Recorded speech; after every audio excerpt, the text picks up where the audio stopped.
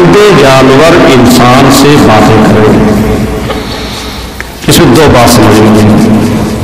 ایک کے لیے فرمایا کہ درندے جانور یعنی جو جانور درندے ہیں چیرتے پھاڑتے ہیں جیسے شیر چیتا وغیرہ یہ انسان سے باتیں کریں گے.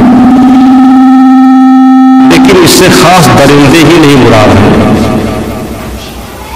حضور یہ فرمانا چاہتے ہیں کہ درندے جانور جو انسان سے جس سے انسان بھاگتا ہے جب درندے جانور وحشی ہیں وہ انسان سے باتیں کریں گے تو بکریاں وغیرہ یہ اپنے پالتو جانور تو بدرجہ اولا انسان سے باتیں کریں گے جو انسان کے قریب میں رہتے ہیں. یعنی ہر طرح کے جانور انسانوں سے باتیں کریں گے.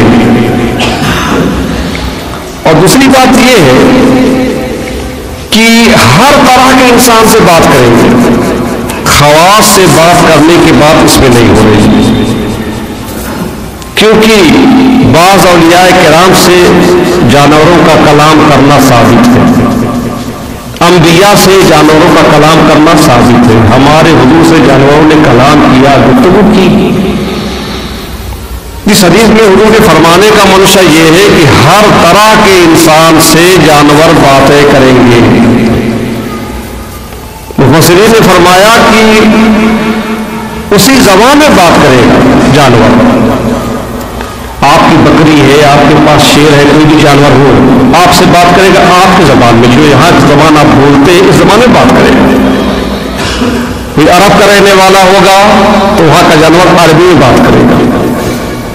کوئی ایران کا رہنے والا ہوگا جہاں کی زبان فارسی ہے تو وہاں کے جانور فارسی زبان میں انسان سے باتیں کریں گے. جہاں کی زبان انگلش ہے وہاں کے جانور انگلش زبان میں آدمی سے باتیں کریں گے. جہاں کی جو زبان ہوگی اس کی زبان میں انسان سے جانور باتیں کریں گے. یہ دور تو بھی آئے گا. یہ نشانی ظاہر نہیں ہوئی ہے, ظاہر ہوگی. اس میں میں نے جو حصہ بیان کیا کہ خواص سے جانوروں نے پہلے ہی بات کیا ہے, بات کرتے ہیں. تو ہم اولیاء کرام سے جانوروں کی بات کرنے کا ذکر یہ نہیں کرنا ہے. اپنے پیارے آقا مولا رحمت عالم صلی اللہ علیہ وسلم سے جانوروں کے کلام کرنے کا ذکر مجھے تھوڑی دیر کرنا. اونٹوں نے کئی بار حضور سے بات کی ہے, کئی بار حضور سے بات کی ہے, اپنی فریاد کی, اپنی پریشانی کو کی بہت بار. بھیڑوں نے بکریوں نے بھی آپ کو سجدہ کیا, بات کی آپ سے. بھیڑیے نے جو جانور کو بکری کو پھاڑتا ہے بھیڑیے نے بھی آپ سے گفتگو کی ہے. گدھے نے بھی آپ سے بات کی ہے. وہ جس کو سسمار کہتے ہیں اس نے بھی آپ سے بات کی اور آپ پر ایمان لایا. شیر نے بات کی, آپ کی فرما برداری کی. ہرنی نے آپ سے فریاد کی جب شکاری نے اس کو باندھ دیا تھا. جتنی باتیں میں نے کہی سب تاریخ میں اور حدیث کتابوں میں محفوظ ہے. اگر ایک کو بیان کیا جائے تو بہت کافی وقت لگے گا. میں اس میں سے صرف ایک واقعہ آپ کو سنانا چاہتا ہوں, اس سے ہمیں محبت اور پیار کا سبق ملتا ہے. تو سارے جانوروں میں انسان جس کو سب سے رذیل سمجھتا ہے گدھا. میں گدھے کا ایک واقعہ سناتا ہوں, اس سے ہم انسانوں کو سبق ملتا ہے کہ گدھا بھی ہمارے حضور کو پہچانتا ہے, حضور سے محبت کرتا ہے, پیار کرتا ہے. یہ البدایہ میں حدیث شریف ہے, البدایہ میں. اور ابن عساکر نے حضرت عبداللہ بن عمر رضی اللہ تعالیٰ عنہما سے یہ حدیث روایت کی. یہ حدیث خیبر کے فتح ہونے کا واقعہ ہے. خیبر, جنگ خیبر بہت مشہور ہے, سب جانتے ہیں. جنگ خیبر یہودیوں سے لڑائی ہوئی تھی.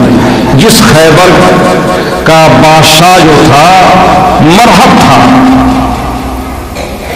علی مشکل کشا کو اس لیے مرحب کش بھی کہتے ہیں. مرحب کو آپ نے مارا تھا اور فاتح خیبر کہا جاتا ہے. علی مشکل کشا جس جنگ میں آپ صلی اللہ علیہ وسلم نے 2 مرتبہ لشکر بھیجا تھا لیکن فتح نہیں ہوئی تھی، تو فرمایا تھا کہ کل صبح میں جھنڈا ایسے شخص کے ہاتھ میں دوں گا جو مجھ سے پیار کرتا ہے، میں اس سے پیار کرتا ہوں، اور اللہ تعالی اس کے ہاتھ پر خیبر کو فتح کر دے گا۔ جس صبح ہر صحابی کی عرض تھی حضور مجھے بھیجے مجھے بھیجے مجھے بھیجے، لیکن حضور نے فرمایا اینا علی، علی کا علی۔ معلوم ہوا کہ ان کی آنکھ میں کچھ پریشانی ہے، آنکھوں میں چشمے میں تلا ہے، حضور نے فرمایا بلا آئے، حضور نے اپنا پھول ان کی آنکھ میں لگا دیا، فوراً آنکھ ایسی روشن ہوئی جیسے کبھی اس میں کوئی پریشانی تھی ہی نہیں، پوری زندگی کبھی ان کی آنکھ میں کوئی بیماری نہیں ہوئی، بس حضور کا پھول لگ گیا آنکھ۔ جھنڈا دیا، کہا جاؤ فتح کر کے آؤ۔ اب گئے، لڑائی کے درمیان جب آپ کی ڈھال ٹوٹی ہے اور وہاں کے قلعے کا جو پھاٹک تھا لوہے کا جس کو 40 آدمی کھولتے بند کرتے تھے، اتنا وزندار تھا، اس کو ایسے کھینچ لیا ہے جو وہاں سے نکال لیا ہے اور ڈھال طریقے سے استعمال کرتے تھے اس کو۔ فتح کرنے کے بعد جب واپس آئے حضور نے پوچھا کیا حال ہے؟ کہا حضور آپ کے لوابے دے ہم نے تھوک نے مجھے وہ طاقت دے دی ہے کہ اگر آپ کا حکم ہوتا تو میں پوری دنیا کو آج فتح کر لیتا۔ یہ خیبر کی کیا بات ہے؟ خیبر فتح ہو گیا۔ خیبر کے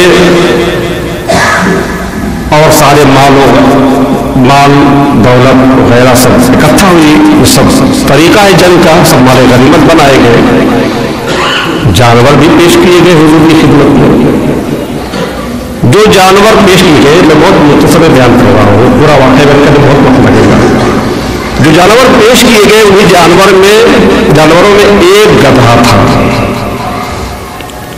اور اس حدیث میں ہے کہ وہ گدھا کالے رنگ کا تھا۔ گدھا آپ نے دیکھا ہے نا، بھورے رنگ کا ہوتا ہے، کسی میں کالا رنگ زیادہ ہوتا ہے، وہ بڑا خوبصورت ہوتا ہے۔ وہ گدھا جو تھا اس میں کالا رنگ زیادہ تھا، کالا گدھا اس لیے اس کو کہتے ہیں۔ اب سارے جانور ایک طرف، ایک کالا گدھا بھی ہے۔ اللہ کے حبیب نے ان جانوروں کا نظر اٹھا کے دیکھا، بڑے خوش نصیب جانور بھی ہیں حضور کو دیکھ کر، تو حضور چل کر کے اسی کالے گدھے کے پاس گئے۔ لگتا ہے اس کالے گدھے میں کوئی خاص بات ہے، حضور ہر ایک کو پہچانتے ہیں۔ تو واقعی وہ کالا جو گدھا تھا ہمارے حضور سے بڑی محبت کرتا تھا، حضور اپنے عاشقوں کو پہچانتے، ان کا عاشق کسی نے باس نہیں۔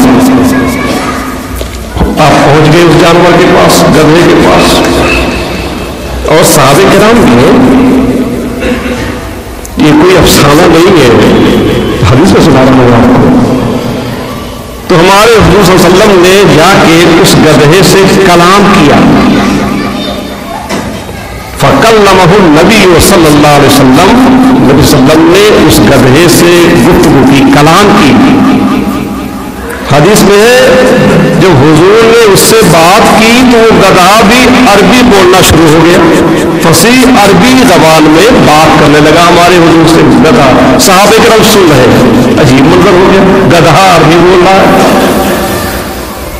جو کچھ حضور کی اس گدھے سے گفتگو ہوئی، بات ہوئی، حدیث شریف میں کچھ موجود ہے کہ آپ نے پہلا سوال گدھے سے کیا،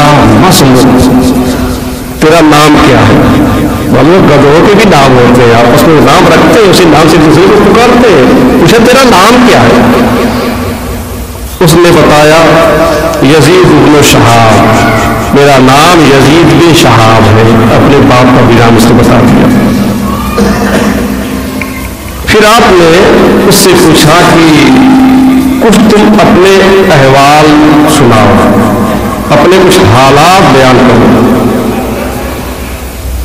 اب اس کے بعد اس گدھے نے فصیح عربی زبان میں کہنا شروع کیا کہ یا رسول اللہ، اخرج اللہ من نسل جدی 60 حمارا، یعنی گدھا کہتا ہے کہ رسول اللہ میں کوئی معمولی گدھا نہیں ہوں، بہت عزت دار خاندان کا فرد ہوں، میرا خاندان بہت عزت دار ہے، اتنا باعزت خاندان ہے کہ میرے اوپر کے دادا میں، کئی پشت اوپر کے دادا میں ایک دادا جو میرا تھا، اخرج اللہ نسل جدی ستین حمارن، اللہ تعالیٰ نے میرے اس دادا کی نسل سے 60 گدھے پیدا کیے، 60 گدھے پیدا ہوئے کے بعد دیگر مختلف صدیوں میں 60 اور گدھے ہوئے، لیکن 60 گدھے ایسے پیدا ہوئے کہ ان گدھوں پر صرف اور صرف نبیوں نے سواری کی ہے، نبیوں نے سواری کی ہے، یہ گدھے ہی تو سواری تھے اس وقت کی سواری عام طور سے ایک گدھوں تھی۔ حضرت عیسیٰ علیہ السلام بھی گدھا ہی پر چلتے تھے، خرے عیسیٰ آج بھی مشہور ہے، عیسیٰ علیہ السلام کا گدھا، جہاں جہاں قدم رکھتا تھا نا، جہاں نشان قدم پڑ جاتا تھا گدھے کا، تو آج بھی اس کو محفوظ رکھا عیسائیوں نے، اس کو گھیر کے بڑا بڑا عبادت خانہ سب تعمیر کر دیا ہے، زیارت کرتے ہیں، نذر نیاز پیش کرتے رہتے ہیں۔ ممکن ہے کہ وہ گدھا عیسیٰ علیہ السلام کا بھی اسی میں سے رہا ہو، 60 گدھے تھے اور ان گدھوں پر صرف نبیوں نے سواری کی ہے۔ پھر کہتا ہے یا رسول اللہ لم یبقى من نسل جدی غیری، میرے اس دادا کی نسل میں اب کوئی بھی زندہ نہیں ہے میرے علاوہ، صرف میں بچا ہوں، اور میرے علاوہ کوئی بھی اس دادا کی نسل میں زندہ نہیں۔ وہ 60 گدھے جو تھے وہ تو سب اپنے اپنے وقتوں میں اپنے اپنے زمانے کی نبیوں کی خدمت کر کے چلے گئے، اب کوئی نہیں بچا میرے علاوہ۔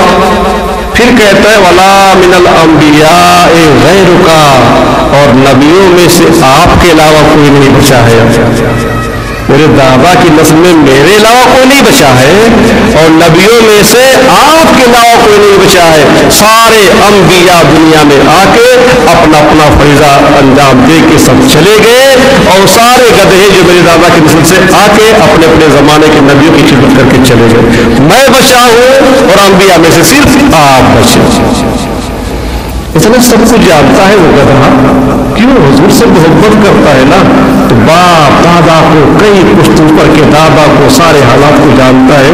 ہم تو انسان ہیں، کیا ہم جانتے ہیں اپنے باپ دادا کے حالات؟ سن کر کے چاہے جان لیا ہو، کچھ خیال تو نہیں ہے۔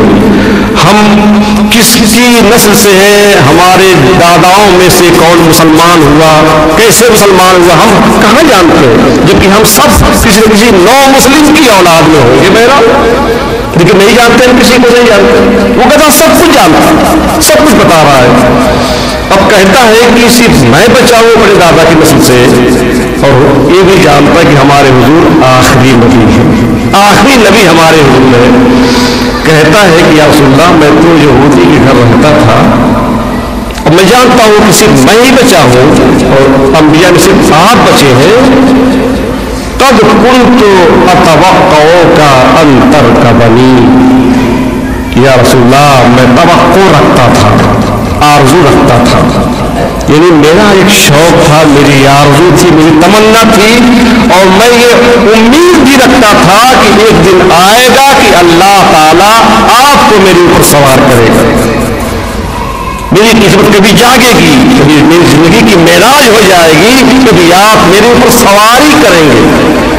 یہ نہیں کہا کہ صرف ایک بار میری خواہش پیدا ہوئی، اگر ایک بار بھی حضور سے محبت کا اظہار کرتا ہونا تو ہم زندگی بھر سے قصیدے پڑھتے، لیکن کہتا ہے تو اتوقعوں کا ماضی استمراری ہے، پڑھے لکھے لوگ جانتے ہیں، میں برابر ہمیشہ یہ توقع رکھتا تھا، آرزو رکھتا تھا، شوق بھی رکھتا تھا، طلب رکھتا تھا، اور مجھے یہ امید تھی کہ آپ میرے اوپر کبھی نہ کبھی سواری کریں گے۔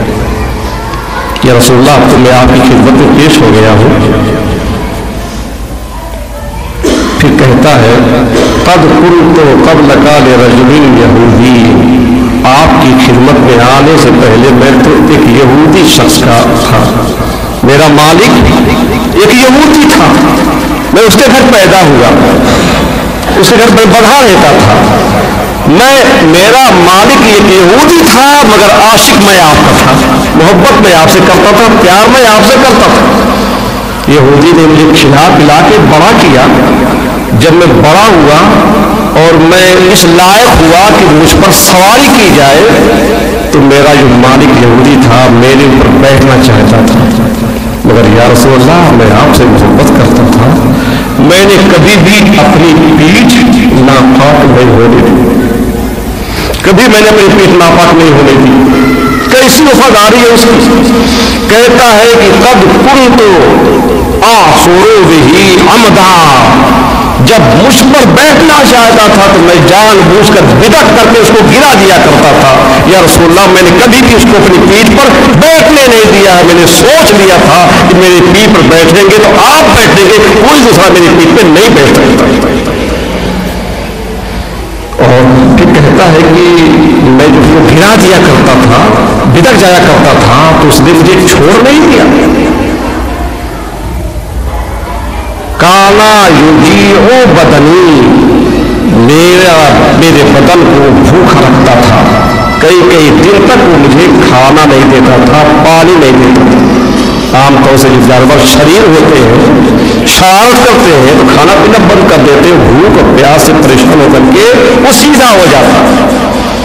تو میرا مالک سمجھتا تھا کہ میں یہ بدماشی کرتا ہوں، میری شرارت ہے، اس لیے کئی دن تک اس نے مجھے کھانا نہیں دیتا، مجھے پانی نہیں دیتا، اور یہ تک نہیں وکانا یضرب ظہری، میری پیٹھ پہ ڈنڈے بسایا کرتا تھا، ڈنڈے مارتا تھا۔ تو یا رسول اللہ میں نے بڑی بھوک برداشت کی ہے، بڑی پیاس برداشت کی ہے، اور آپ کے پیار میں نے بڑی مار کھائی ہے، بڑی چوٹیں کھائی ہے، بڑا درد میں نے سہا ہے، لیکن کبھی بھی میں نے بے وفائی نہیں کی ہے آپ کے ساتھ، میں نے اپنی پیٹھ پہ کبھی اس کو بیٹھنے نہیں دیا۔ سب کچھ اس نے بیان کیا اللہ کے حبیب کو، تو خبر تھی تو آپ اس کے پاس گئے، اسے سیکھنا شروع کیا، اور یہ صحابہ کرام کو اپنانا چاہتے تھے، تو آپ نے فرمایا سمیتک یافور، میں نے آج سے تیرا نام یافور رکھا۔ ایک روایت میں انتا یافور، تو یافور ہے، یا عین فا واو رے،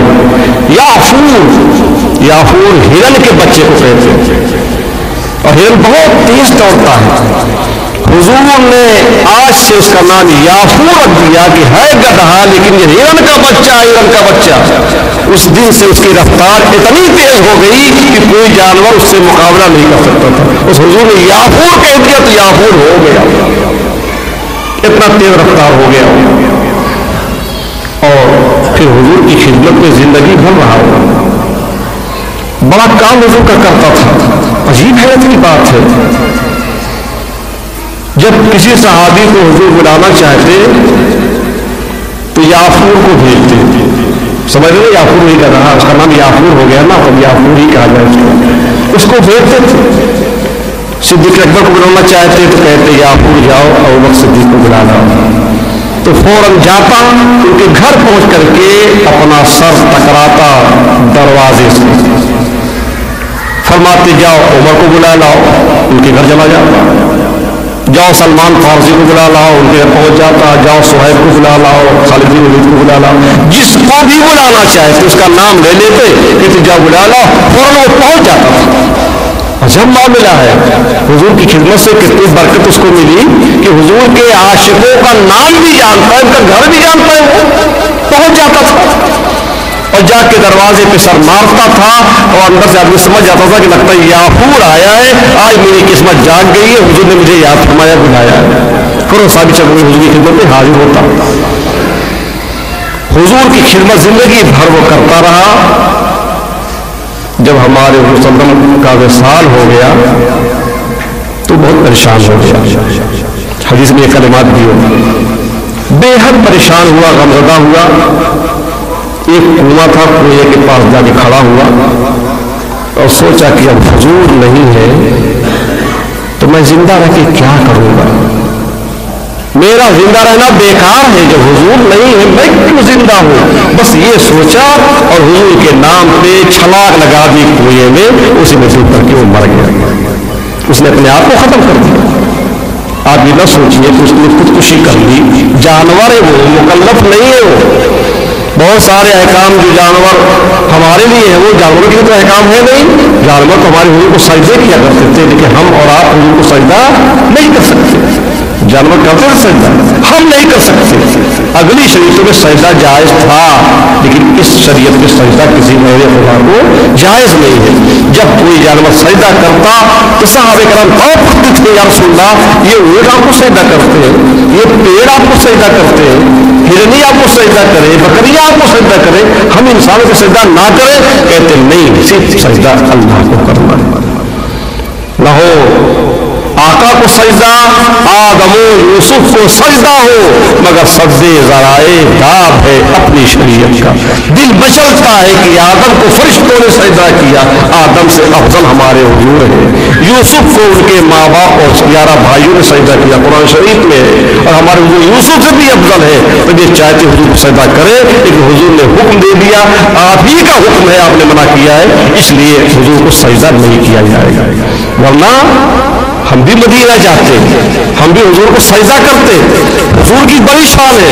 ڈاکٹر اقبال صاحب نے سیدہ فاطمہ زہرا خاتون جنت کی بارگاہ میں عرض کیا، اے خاتون جنت فاطمہ زہرا، آپ کے بابا نے منع فرمایا ہے، ورنہ لوگ کعبے کا طواف کرتے، میں آپ کے روزے کا طواف کرتا، آپ کے مزار کا طواف کرتا۔ اے فاطمہ زہرا کی خدمت کے شان میں انہوں نے جو نظم کہی ہے، اس کا شعر یہ، اس کا مطلب یہ ہوتا ہے۔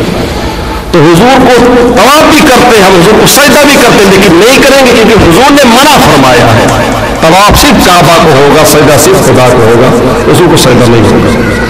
لیکن ہمارے حضور کا عاشق چاہے انسان ہو چاہے جانور ہو، ہم سب کو اس سے سبق سیکھنا چاہیے۔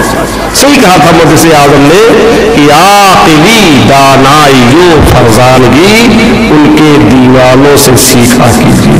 اور جو دیوانے ہوتے ہیں، پاگل ہوتے ہیں، کسی کام کے نہیں ہوتے، لیکن حضور کے جو دیوانے ہوتے ہیں بڑے بڑے عقل مند، ان سے اپنی عقل سیکھیں، ہوشیاری سیکھیں۔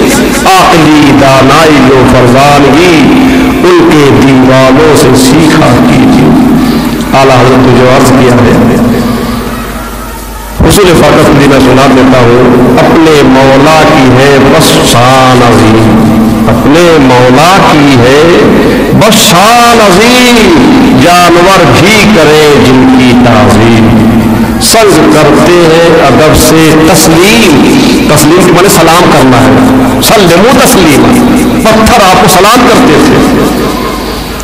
تو اپنے مولا کی ہے بشان عظیم، جانور بھی کرے جن کی تعظیم، سنگ کرتے ہیں ادب سے تسلیم، پیڑ سجدے میں گرا کرتے ہیں، ہاں یہی کرتی ہے چڑیاں فریاد، سب واقعات ہے پورے، ہاں یہی کرتی ہے چڑیاں فریاد، یہی سے چاہتی ہے ہرنی داد، اسی در پہ شکرانے ناشاد، شکر کی جمع شکران گلے